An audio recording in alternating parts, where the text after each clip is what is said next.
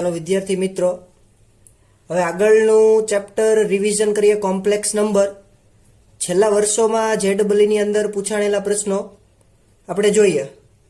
હવે આપણી સિસ્ટમ જ એવી છે, તમને ખ્યાલ જ હશે કે આપણે સતત વારંવાર ચેપ્ટરનું રિવિઝન, નવા એમસીક્યુ ગણતા હોઈએ છીએ, એટલે કે મોર you revise more you remember. ચાલો એ જ કોન્સેપ્ટને આગળ વધારીએ। ક્વેશ્ચન જોઈએ 2020 ની અંદર જેડબલઈમાં પૂછાણેલો। Z belongs to C એટલે કે કોમ્પ્લેક્સ નંબર, સંકર સંખ્યાઓ, mode of real part of Z plus mode of imaginary part of Z equal to 4 ને સંતોષે તો મોડ Z ની કિંમત ખાલી જગ્યા ન હોય એવો પ્રશ્ન પૂછાણો હતો। તો તમને ખબર છે કે સૌથી પહેલા Z બરાબર તમે A પ્લસ IB કહો કે X પ્લસ IY કહો, બધું જ સરખું। X એમાં હોય રિયલ પાર્ટ એટલે કે વાસ્તવિક, અને I સાથે એટલે કે ઇમેજનરી કાલ્પનિક એટલે કે imaginary part of Z।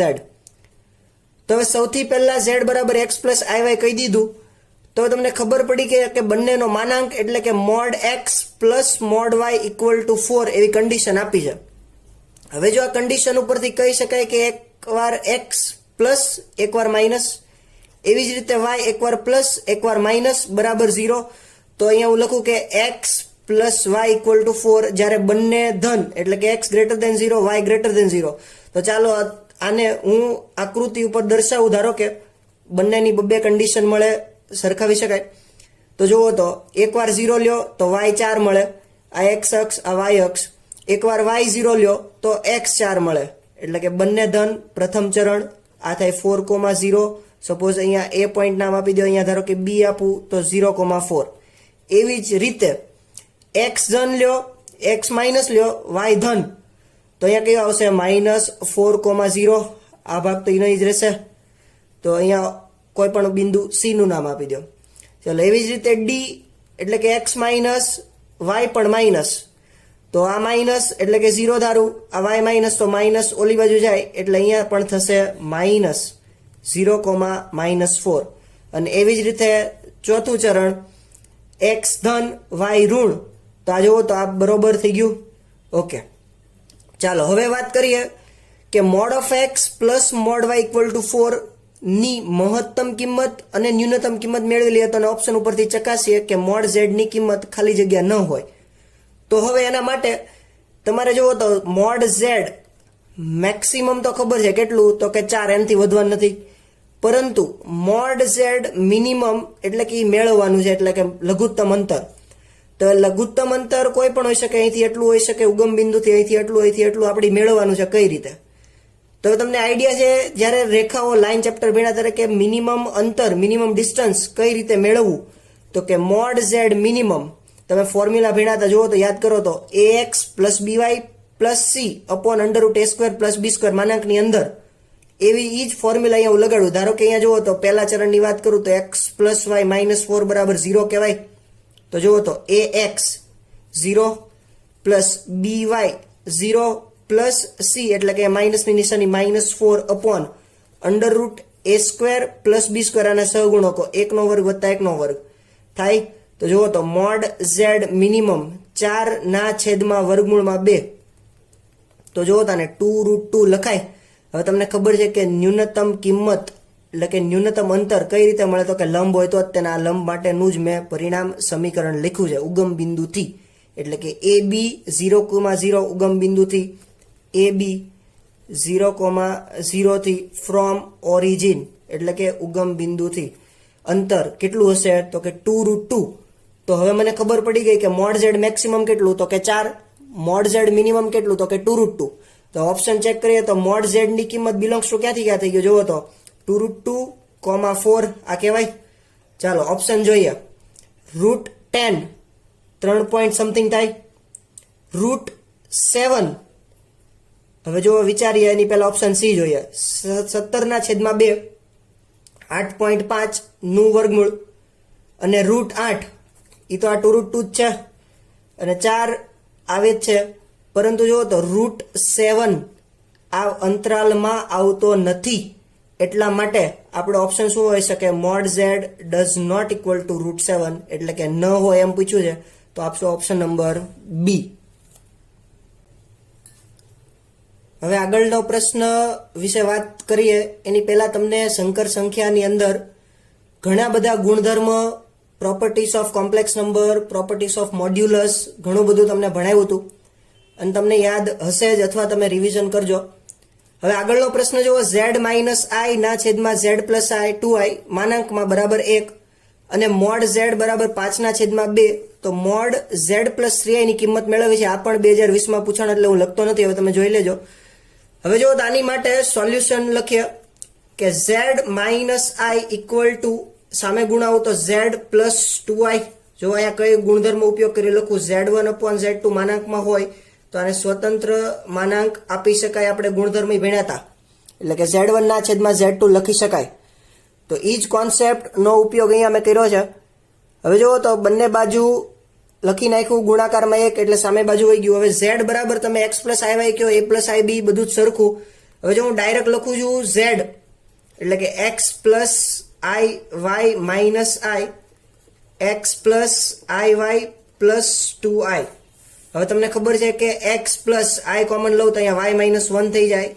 x plus કારણ કે વાસ્તવિક ભાગ સાથે વાસ્તવિક ભાગ અને કાલ્પનિક ભાગ સાથે કાલ્પનિક ભાગ પ્લસ આઈ કોમન તો અહીંયા થઈ જાય y પ્લસ 2.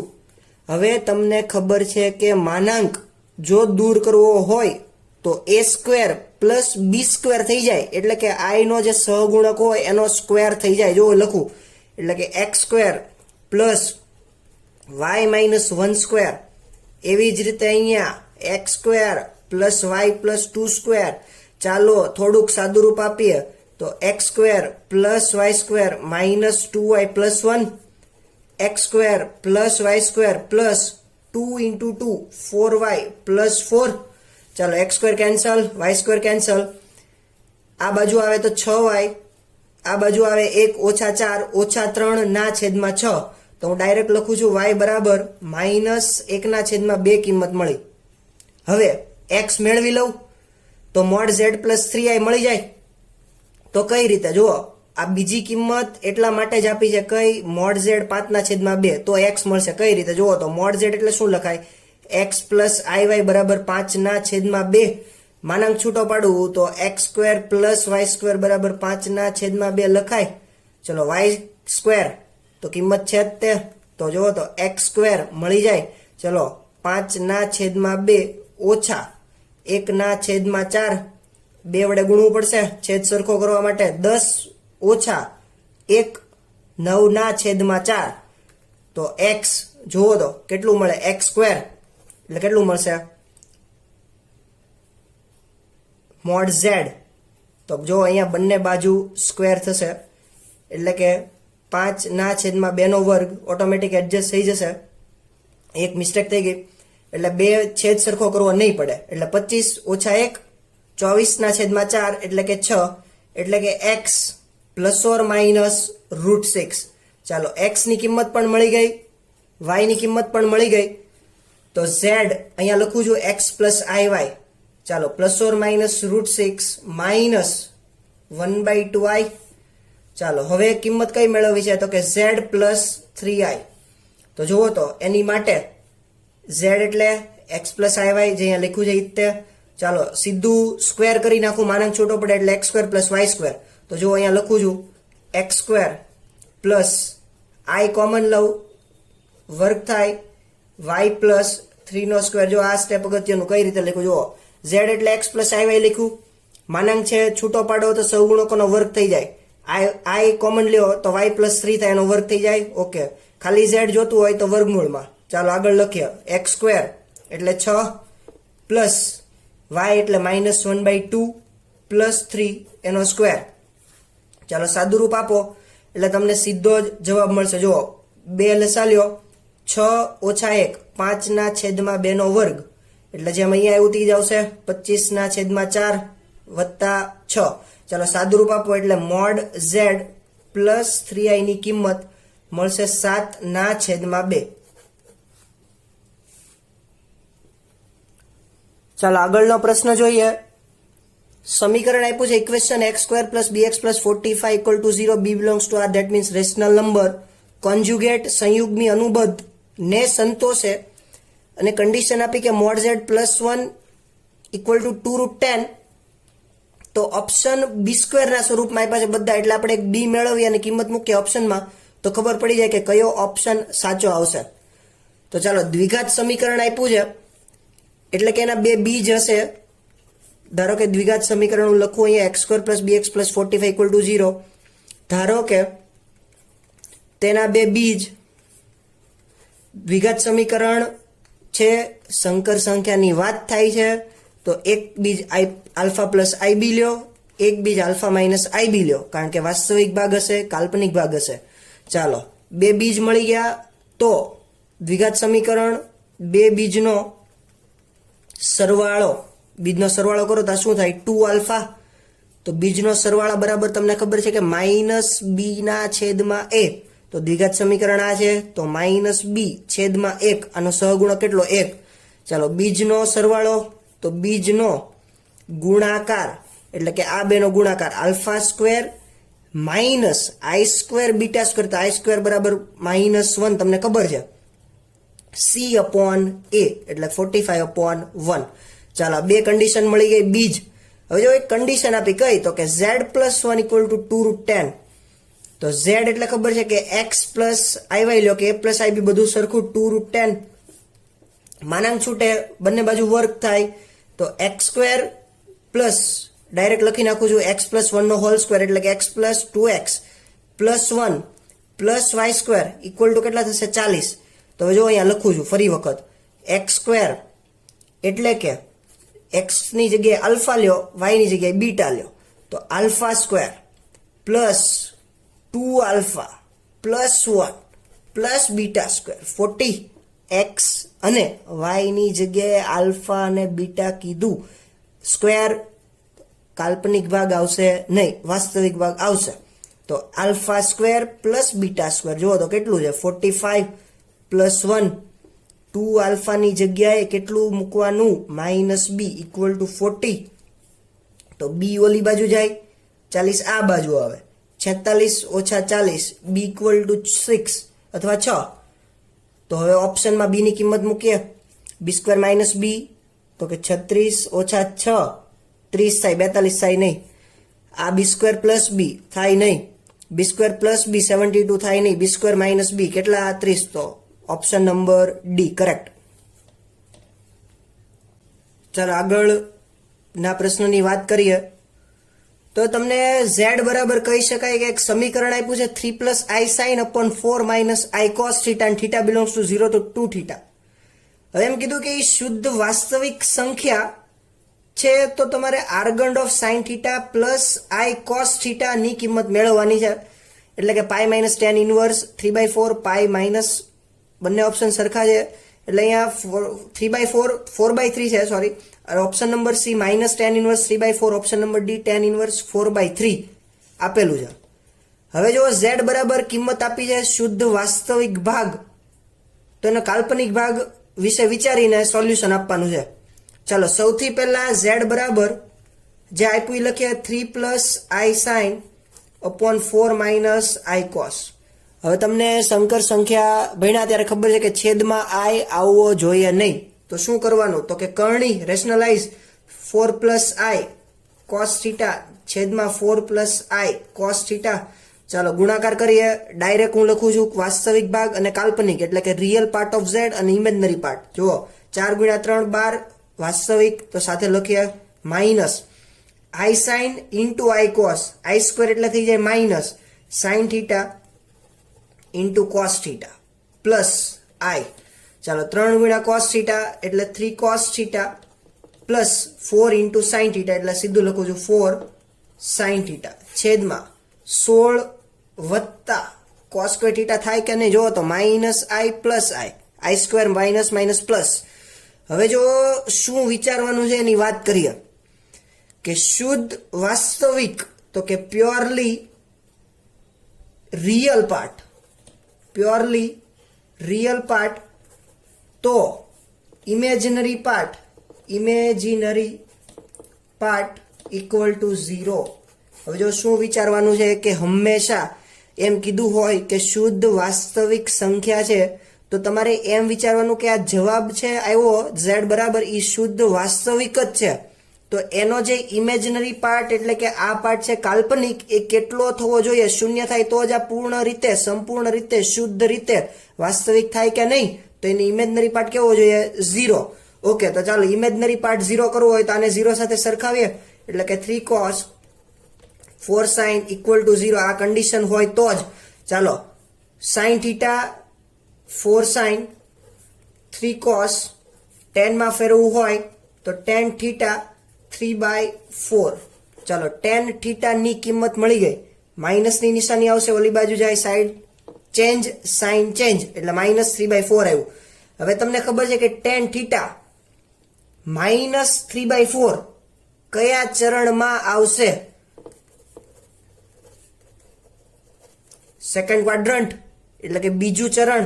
તો બીજા ચરણમાં Argand of sine theta plus i cos theta. તો બીજું ચરણ હોય તો શું કરીએ છીએ? તો કે આપણે pi plus tan inverse of b/a, that means cos theta ના છેદમાં સાઇન થીટા. તો પાઈ પ્લસ tan ઇનવર્સ, આની ઉલટી લખાય cos upon sin cot. તો કેટલું થશે? તો કે 4/3. હવે આ નિશાની જે છે એ ખાલી ચરણ માટે જ હતી. કિંમત તો આપણે 3/4 કે 4/3 આવે એ જ મૂકવાની છે. જે માઇનસ આવે પ્લસ આવે એ શું નક્કી કરે? તો કે ચરણ કે કરણ. તો કે tan થીટા b/a, તો પાઈ પ્લસ tan ઇનવર્સ 4/3, તો કે માઇનસ, તો કે pi minus tan inverse of 4/3. તો ઓપ્શન નંબર ડી. ચલો આ પ્રશ્ન ખૂબ સરસ છે. રિયલ પાર્ટ ની વાત કરી છે. z-1 ના છેદમાં 2z પ્લસ i બરાબર 1, z બરાબર x પ્લસ iy કીધું છે. તો x, y બિંદુ એ ખાલી જગ્યા હશે એટલે કે રેખા સ્વરૂપે હશે, જેનો ઢાળ 3/2 છે. ઓપ્શન નંબર બી રેખા સ્વરૂપે છે, ઢાળ -2/3 છે. વર્તુળ સ્વરૂપે છે, વ્યાસ √5/2 કે વર્તુળ જેનું કેન્દ્ર -1/2 -3/2 છે એ આપણે નક્કી કરવાનું છે. તો સૌથી પહેલા સોલ્યુશન તરફ વિચારીએ કે z બરાબર x પ્લસ iy આપેલું જ છે, અથવા આપણે ધારી જ લઈએ છીએ, ખબર જ છે. તો real part x plus iy, તો જુઓ તો વાસ્તવિક ભાગ સાથે વાસ્તવિક અને કાલ્પનિક સાથે કાલ્પનિક લખું છું, છેદમાં 2z એટલે કે 2x પ્લસ i આમ નામ 2y પ્લસ i છે એટલે એનો 1 લખાઈ. જો આ લખતા આવડી જવું જોઈએ તમને ડાયરેક્ટ. હવે આનું સાદુરૂપ આપીએ બરાબર 1. એની પહેલા જો છેદમાં i છે, તો હમણાં આગળના દાખલાની અંદર જ ચર્ચા કરી કે છેદમાં આવ્યો હોય તો તમારે કરણી લેવી પડે વિરુદ્ધ નિશાનીની, -i 2y પ્લસ 1 છેદમાં 2x - i 2y પ્લસ 1. ચાલો હવે સીધું વાસ્તવિક ભાગ અને કાલ્પનિક ભાગ હું લખું છું. બરાબર 1 આપેલું છે તો x - 1 × 2x, x - 1 × i વાળું. તો ચાલો હું લખું છું ડાયરેક્ટ. હવે તમને આવડી જવું જોઈએ x - 1 પ્લસ iy. ચાલો એનું લખીએ ગુણાકારમાં 2x - i 2y પ્લસ 1 છેદમાં 4x² પ્લસ 2y પ્લસ 1². ચાલો હવે રિયલ પાર્ટ ઉપરનું ગુણાકાર હવે કરીએ એક સ્ટેપ પછી. 4x² plus 2y plus 1² equal to 1. હવે રિયલ પાર્ટ એટલે હું વાસ્તવિક ભાગ જ લખી. જુઓ 2x x - 1 plus y 2y plus 1 ક્યાંથી આવ્યું? આનો ગુણાકાર આની સાથે, i નો ગુણાકાર i સાથે એટલે i² એટલે પ્લસ 1 એટલે પ્લસ થઈ જાય y મલ્ટીપ્લાયમાં 2y પ્લસ 1. હવે વાસ્તવિક ભાગ જ લખ્યો છે એટલે હવે આગળ રિયલ અવડો મોટો લખવાની જરૂર નથી, કારણ કે વાસ્તવિક ભાગ બરાબર કેટલું કીધું તું? 1. ચાલો આનું સાદુરૂપ આપીએ 2x x - 1 y 2y plus 1, 1 નો ગુણાકાર સામે કરીએ અહીંયા છેદનો પ્લસ 1². ચાલો આનું સાદુરૂપ આપીએ 2x² - 2x plus 2y² plus y equal to 4x². વિસ્તરણ કરીએ 4y² પ્લસ 4y પ્લસ 1. ચાલો હવે કેન્સલ થતું હોય કેન્સલ કરો, સાદુરૂપ આપો. આ બાજુ લઈ જઈએ જમણી બાજુ એટલે બધા ધન કિંમત મળે. લખું છું ડાબી બાજુ 4x² - 2x², 2x² 4y² - 2y² plus 2y², 4y minus y plus 3y plus 2x અને પ્લસ 1 ઇક્વલ ટુ 0. હવે જો તો બધાને 2 વડે ભાગવું હોય તો ભાગી શકાય, જેથી જુઓ 3/2y વત્તા એક્સ વત્તા 1/2 બરાબર 0. જો આ પરિણામ અથવા સમીકરણ મળ્યું તો હવે આ રેખાનું સમીકરણ કહી શકાય, વર્તુળનું સમીકરણ કહી શકાય. તો તમને ખબર પડી ગયા કે x² + y² આવે તો એ વર્તુળ જ હોય. તો વર્તુળનું સમીકરણ x² જે આવેલું છે, ચાલો અહીંયા લખીએ કે x² + y² + 2gx + 2fy + c = 0. વર્તુળ ખબર પડી ગઈ તો ઓપ્શન સી અથવા ડી કઈ આવી ચેક કરવું પડશે. તો વર્તુળ સાચું x² + y² + 2gx + 2fy + c = 0 જે વર્તુળનું વ્યાપક સ્વરૂપ સૂત્ર કહી શકાય તો છે. તો એના માટે કેન્દ્ર તમને ખબર હોવી જોઈએ કે શું થાય, -g, -f. તો -g કયું મળશે, x વાળા x સાથે સરખાવો, y વાળા y સાથે. તો x વાળું x સાથે સરખાવો તો ડાયરેક્ટ લખું છું શું મળે, -1/2 અને y નું કયું મળશે, -3/2. તો આ શું મળ્યું મને, કેન્દ્ર. હવે જો અહીંયા 3/2 નહીં આવે, કેમ તો કે 2f = 3/2. તો કેટલું આવશે, -1/2 -3/4. ઉતાવળમાં આપણાથી ડાયરેક્ટ ઓપ્શન ડી થઈ જાય, ટીક પણ છે નહીં. તો હવે આપણે વ્યાસ મેળવી લઈએ. ઓપ્શન સી સાચો જ છે. તો વ્યાસ માટેનું ફોર્મ્યુલા તમને ખબર છે કે √g² + f² - c. તો આનો વર્ગ 1/4 વત્તા 9/16 ઓછા c ની કિંમત +1/2 એટલે -1/2 છેદ સમાન કરતા 4 એટલે અહીંયા આવશે 8. તો 9 + 4 13 ઓછા 8 વર્ગમૂળની અંદર 5/16 એટલે 16 નું વર્ગમૂળ એટલે કે 4. આ વ્યાસ મળ્યો છે હજી મને, સોરી ત્રિજ્યાનું ફોર્મ્યુલા છે. એટલે વ્યાસ જોતું હોય તો d = 2r એટલે કેટલું મળશે, √5/2. તો હવે તમારો ઓપ્શન કયો આવશે, ઓપ્શન નંબર સી. ચાલો આજનો લેક્ચર અહીંયા સુધી ટૂંકો રાખીએ છીએ, કારણ કે તમે કોમ્પ્લેક્સ નંબર જ્યારે એનસીઆરટીમાં કરાવ્યું ત્યારે પણ JEE દાખલાની પ્રેક્ટિસ ખૂબ કરાવી હતી. તો એ કોન્સેપ્ટ ફરી વખત તમે એકવાર જોઈ લો, ફોર્મ્યુલા પાકા કરી લો. તેમ છતાં જો ફોર્મ્યુલા ન સમજાણો કઈ રીતે આવતો હોય તો આપણે આગળના લેક્ચર અથવા આગલા લેક્ચરની અંદર જ અમુક પ્રોપર્ટીઝ ઓફ કોમ્પ્લેક્સ નંબર જે સૂત્ર છે, મોડ ઝેડના ત્રિકોણીય અસમતા છે, એ બધાની આપણે ચર્ચા કરશું. યુલર્સ ફોર્મ, ડી મોઇવર્સ થિયરમ, બધા કોન્સેપ્ટ વિશે ફરી એક વખત રિવાઇઝ રિપીટ કરશું. જેમ આપણે લેક્ચરની અંદર ખૂબ સારી એવી વાતો કરતા હોય પોઝિટિવ એટમોસ્ફિયરની અંદર, તો સારા કોટ્સ કહેતા હોય, પોઝિટિવ વિચારો શેર કરતા હોય એકબીજાના. તો આજે એક શેર કરી લઈએ, યાદ આવ્યું જ છે. તો ચાલો કે તમારું આઈ કેન એટલે કે હું કરી શકું એ તમારા IQ એટલે કે ઇન્ટેલિજન્ટ ક્વોટ્સ બુદ્ધિઆંક કરતા વધારે મહત્વનું છે. Your I can is more important than your IQ. Okay, thank you.